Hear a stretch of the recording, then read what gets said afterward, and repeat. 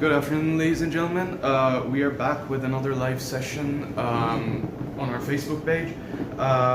Today, our guest is Mr. Riaz Hashmi. He has been the ex-chairman of the Lahore Board of Secondary Education. His actual career has been very, very extensive, so I'm going to leave it to him to give a more complete introduction of himself. Sir, if you will, please. Thank you. I am honored and obliged by the Knowledge School Administration and UMT that they invited me and gave me a chance to share some of my experiences to the students as well as to my colleague teachers. Actually, I worked as chairman Lahore Board, and in addition to that, I was having a charge of principal government Avenue College Lahore. Previously, I had been also chairman Multan Board and chairman DG Khan Board also. In addition to that, I worked on different assignments of education department. I worked as director administration in the office of DPI colleges and director general also. Moreover, I worked as principal government postgraduate college Okada, Sheikhupura and model town Lahore also. I had a wonderful experience of interaction. I did some time for teaching also. I am a teacher in subject of biology. I did my graduation and post-graduation from Punjab University in zoology department. My basic qualification is biology.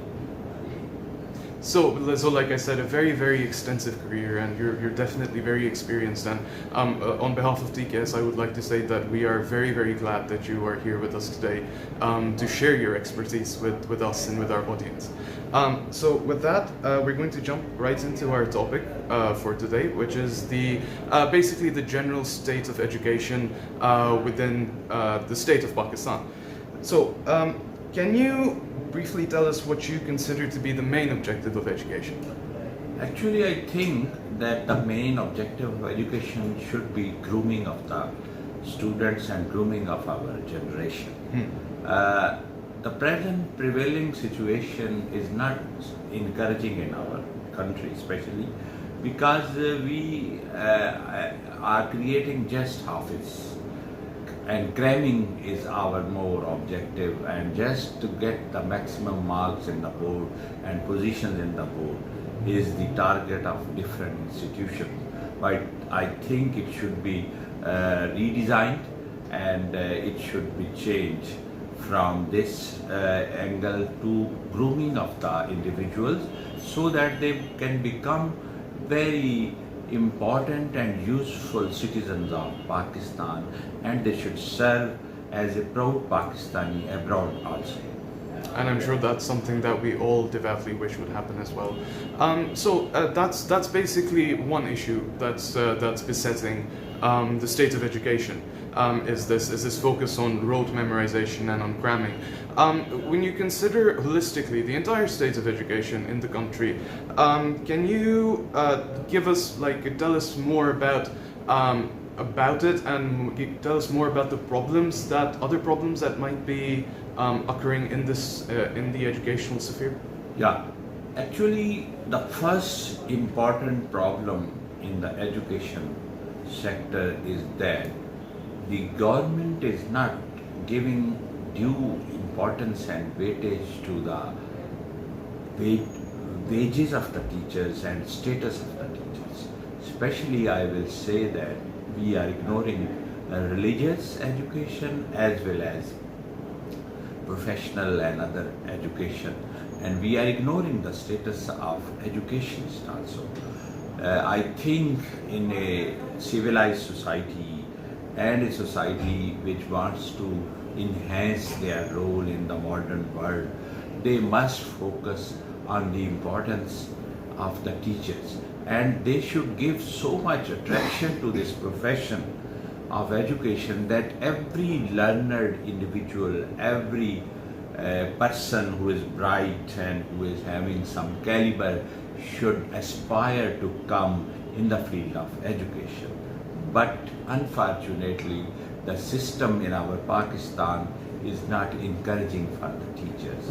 They don't give the proper promotion structure, and they don't give other facilities also to the teachers, and being ignored. Some of our brilliant teachers even desert the profession, and even brain draining also going on, and they will prefer to go out of country, and where they are welcomed and they are given a good status, and they are working in a good environment also.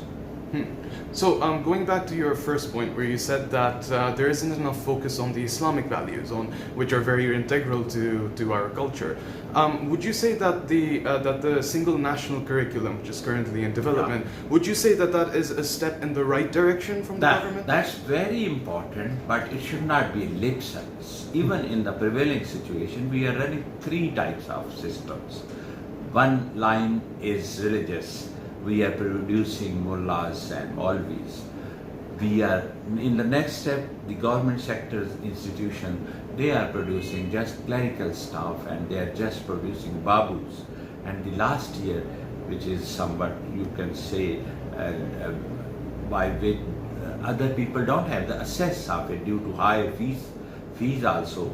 This is English system, English stream, where we are producing our superior classes, and we are producing our CSS officers. I think the single curriculum is the only solution for the well-being and betterment of this nation, and this will also help to produce good nationals as well as good religious people, because we have linked the religion with education. Rather, we should link it, and we should include and incorporate the madrasas also. The teaching of madrasas should be amalgamated with the higher education and education also, and the basic concept of Islam should be incorporated, so that in addition to a good human being, we should be a good Muslim. And I think if we become a good Muslim, we should be definitely a good human being also, and good national and international citizen also. Of course, all those things are completely interlinked with one another. You focus on incorporating Islamic values in education, and everything is going to go hand in hand with that. So coming to your second point about how teachers are very often overlooked and they're ignored, and their contribution to education is overlooked and ignored, and how they do not potentially get the appropriate reward for their services. How do you feel that like educational institutions can overcome that, like private educational institutions? I think the excuse people offer that why we are giving to, better incentive not to the teachers is that they are not of good stuff. But I think this is a negative feedback. It should be positively directed.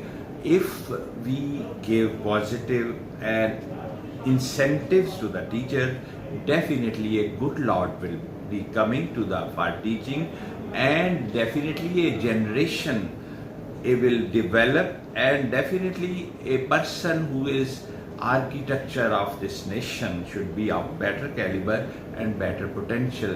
So I think there should be refresher courses also, there should be training academies also. I don't think there are any opportunities for the teachers. Maybe in the private sector you may have some educational academies, and for the teachers for scholarship, for giving them more vision and more outlook for better future and for better guidance of the student. But I think in the government sector there are no opportunity for a teacher to be groomed, and just they come without any prior training or refresher courses, and even for the whole life they are not given any opportunity to go abroad. And even our scholarships are meant only for our bureaucrats, although they come for the teachers, but they are restricted to them, and teachers are never offered. Only a small portion of university teachers are given opportunity. Rather, a chunk of teachers rather a group of cluster of teachers, a large majority of teachers in the college cadres and even in the school education, they are not given any facility for grooming up and for updating their knowledge. So, constant training of teacher, constant updating of methodologies, constant career development sessions and programs. That's something that is necessary to ensure this. And you're saying that that government educational institutions it tend is to very essential for improvement of our nation because if we are developing just half-is, they are not groomed up, they don't become a good and useful citizen. And after completing the education, our society expects from our students, they should be polished, they should be refined, they should be a reasonable citizen, they should well be. But I think our product is not coming up to the expectation of our society. They are not properly trained, even in the religious aspects also, and they are not socially also properly trained. And even we see that people are just putting the garbage on the roads, and just this type of teaching is not given, and they are not being trained. And for this purpose, the society also should move forward, and in implementation of the rules and laws must be implemented, so they must learn to behave properly. Okay. Okay, that's obviously something that we all wish would happen as well. So, to very quickly sum up your proposed solutions to this problem of education within the country, the curriculum must be changed. It must be improved, and it must incorporate our core moral and Islamic values that is very much at the very heart of our culture. They must be included and incorporated, and the focus must be taken off of slightly more westernized education. I must add that should be a holistic approach. This is not a one person or one institution rule. Every part of the society, especially starting from the school, from the college, from the curriculum, they also come up, and after that the examining bodies, because the examining bodies will definitely take up the exams of the curriculum or the syllabus which is being prescribed, and the curriculum will be starting from the classroom. So change will start from the classroom, from the teachers. The teachers should be trained, they should be updated, they should be given refresher courses, and they should improve their knowledge also. And by giving them incentives that if you improve yourself, if you improve your knowledge, you will be upgraded. There should be incentive, because in prevailing situation, a person who is recruited, he will retire definitely after some time, and nobody is going to check, or there is no system of reward and punishment also. I may be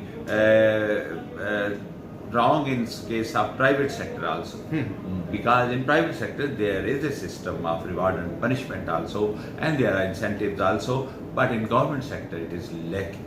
And I think the main portion of the education is responsibility of the government, so government should focus. So what you're suggesting is basically is a mental shift in pretty much the entire population of Pakistan, because as you said, this needs to be holistic in its approach. Yeah, holistic. Which means that when parents are involved in their children's education, parents should be involved, higher education department, school education department, and there should be government sensitization also. Of course. They should focus some more budget also, because we are not giving priority to the education. This is just a lip service that we are very focusing upon the education. But I don't think, if you just check the budget allocation of our government budget, it will be less than 2% perhaps.